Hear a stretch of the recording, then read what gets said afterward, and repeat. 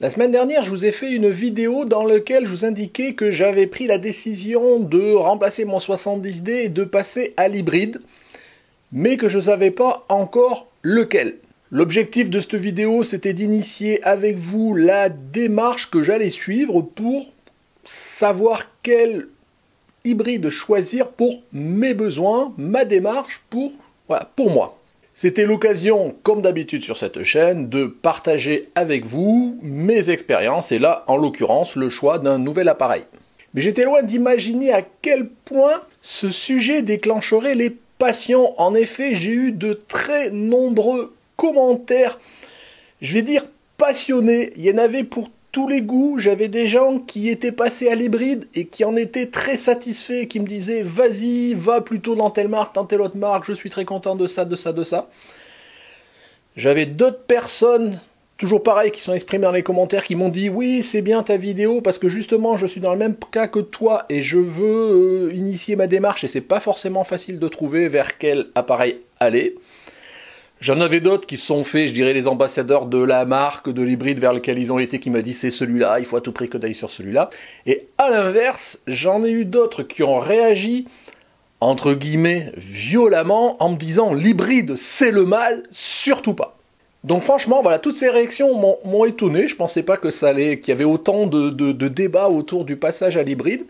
Et j'avais pas prévu de vous faire un retour aussitôt, mais je me suis dit, tiens, ça pourrait être intéressant de revenir déjà pour partager avec vous un petit peu les ressentis que moi, en tous les cas, j'ai pu avoir par rapport à vos retours, à vos commentaires sur cette dernière vidéo, et aussi pour échanger avec vous sur, cette vidéo, ça fait à ce jour-là, ça fait plus de 2 semaines que je l'ai tournée, donc il y a eu des évolutions, des nouveaux éléments qui sont venus dans le périmètre, qui vont aider à alimenter, je dirais, la réflexion et que je voulais échanger avec vous. Donc, si ça vous intéresse, comme d'habitude, c'est parti.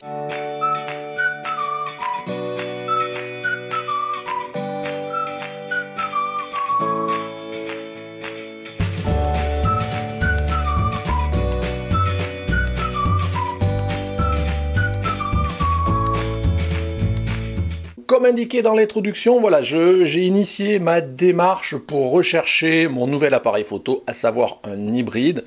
Ça fait pas mal de temps que je recherche à droite à gauche pour savoir quel est l'hybride qui me conviendrait le mieux en fonction de mon budget, sachant que je ne veux pas y mettre beaucoup.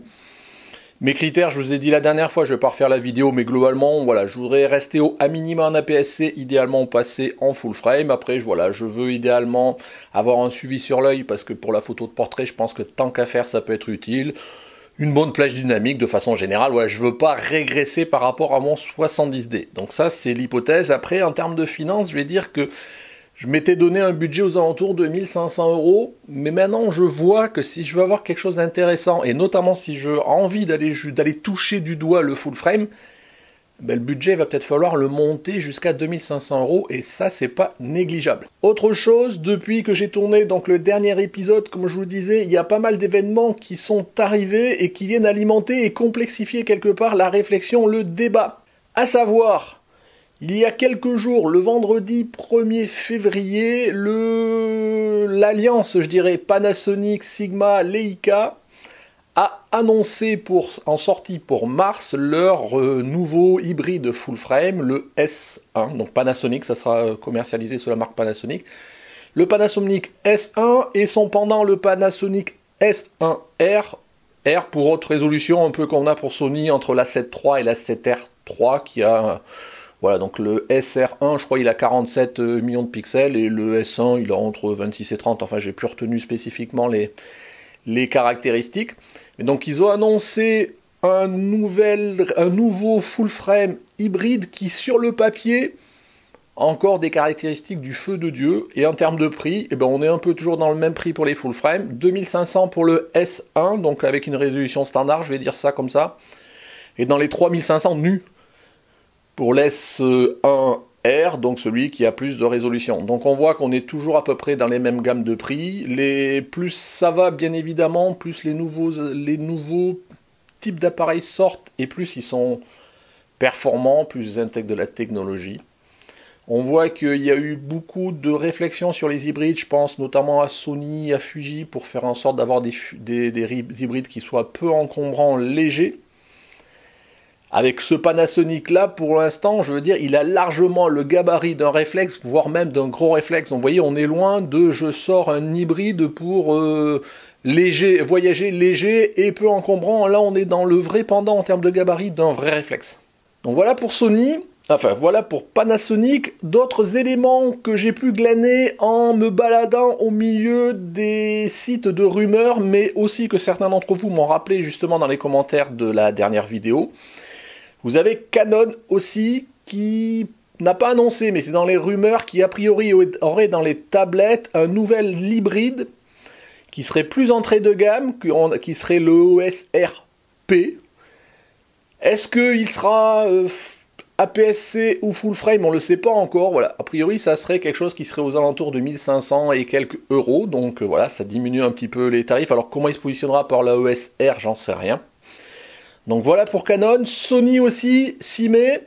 Donc a priori, toujours pareil, ce ne sont que des rumeurs au moment où je vous parle, ou en tous les cas où j'enregistre cette vidéo-là, aurait dans les tablettes un nouvel hybride APS-C, alors qui serait un A6700 ou un A7000, qui pourrait reprendre le look de l'A7 III, mais en format light version APS-C. Donc l'idée c'est vraiment de se positionner fortement sur le créneau des APS-C aussi, et pareil sûrement des tarifs qui seront aux alentours de 1500 euros, en euros ou autres. Donc on voit le paysage bouge grandement, et comme je vous disais tout à l'heure, ça ne fait que complexifier la réflexion. Lequel dois-je prendre, vers où vais-je aller, sachant que ça bouge en permanence et qu'il y a en permanence de nouveaux modèles qui vont être annoncés, qui le seront ou pas. Bref, comme je le disais à certains en réponse dans les commentaires, si on est toujours à attendre qu'il y ait la nouvelle version de l'hybride qui sera plus performant, ben ça sera sans fin, parce qu'on ne peut pas attendre l'hybride parfait. Je pense qu'on est rentré dans une ère technologique au niveau de l'appareil photo, où tous les 6 mois, il y a une nouvelle version, une nouvelle marque, un nouveau modèle qui sort et qui est toujours mieux que le précédent. Et dans ce cas-là, on n'achète jamais rien. Pourquoi attendre 2019? Pourquoi pas attendre 2020, 2021, 2025? Voilà, au bout d'un moment, il faut savoir raison garder et essayer de prendre le meilleur appareil pour ses besoins et son budget.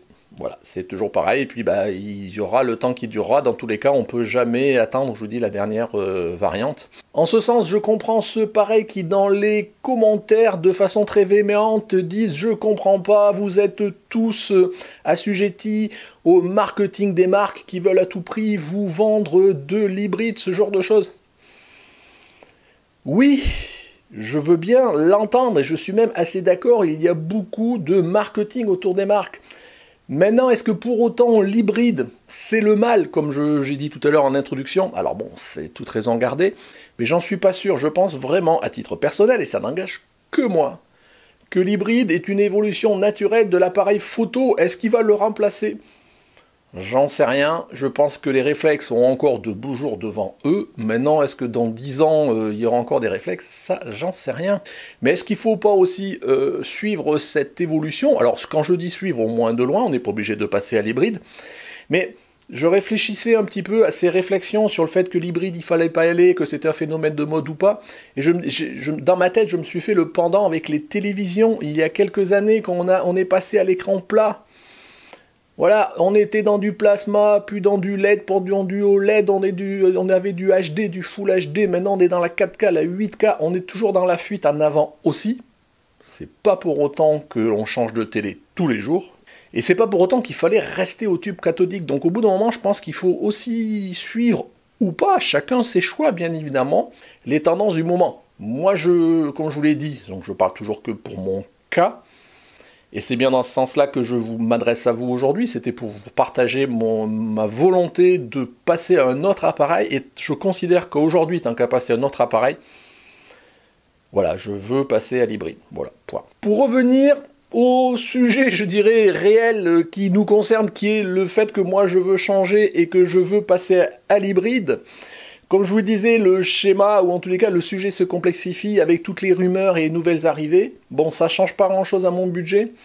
Je vous avais dit la dernière fois que dans ma shortlist, j'en étais arrivé à 2 appareils qui paraissaient me convenir, qui étaient un full frame, le Sony A7 III, et un APS-C qui était le Fuji X-T3. Depuis, j'ai pas mal creusé, j'ai pas mal regardé et je pense que j'ai un petit peu évacué un peu rapidement l'hybride Canon, le Canon EOS R.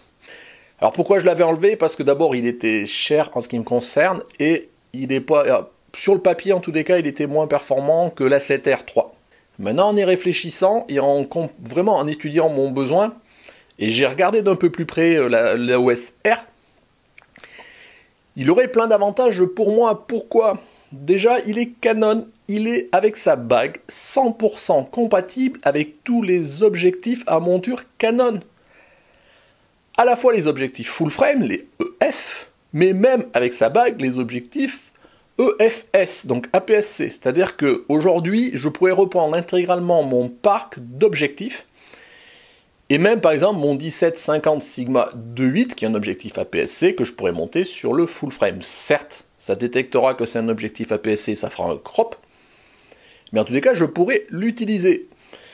Et bien évidemment, tous mes objectifs, le 50 mm, le 90 mm, le 70-300 Tamron, ils sont en monture EF et je pourrais les reprendre intégralement sur voilà, un hybride Canon. Donc ça, c'est pas négligeable. Autre chose que j'ai regardé quand on commence à creuser un petit peu et à réfléchir, c'est que cet appareil photo, il reprend aussi intégralement les mêmes batteries que mon 70D. Donc vous voyez, même les batteries, je peux les récupérer.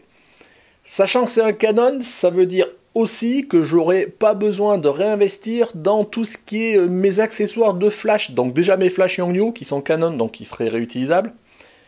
Mes déclencheurs pour déclencher mes flashs, ce genre de choses. Donc voilà, c'est pas donné non plus ces accessoires, il faut considérer. Si j'avais changé de marque, il faudrait en racheter.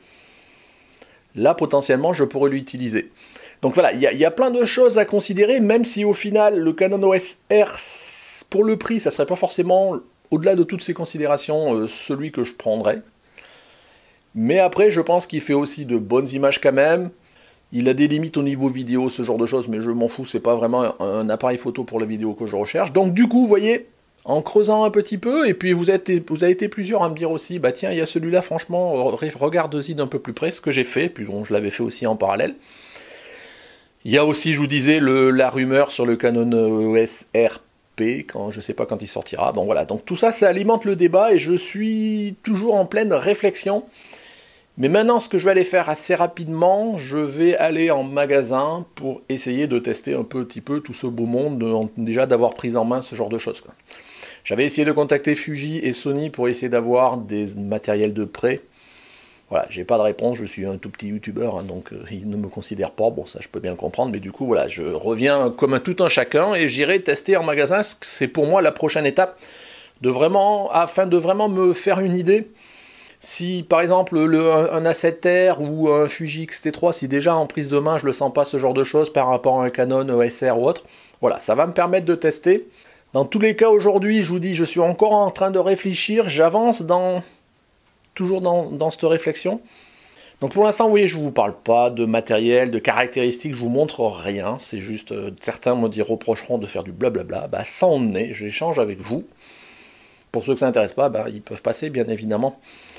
Et je pense que je vous tiendrai au courant petit à petit, en tous les cas, toujours pareil pour ceux que ça intéresse. L'étape d'après pour moi maintenant, ça va être, je vous dis, de faire des essais. Alors si c'est des essais en magasin, je ne pourrai pas vous en faire vos retours.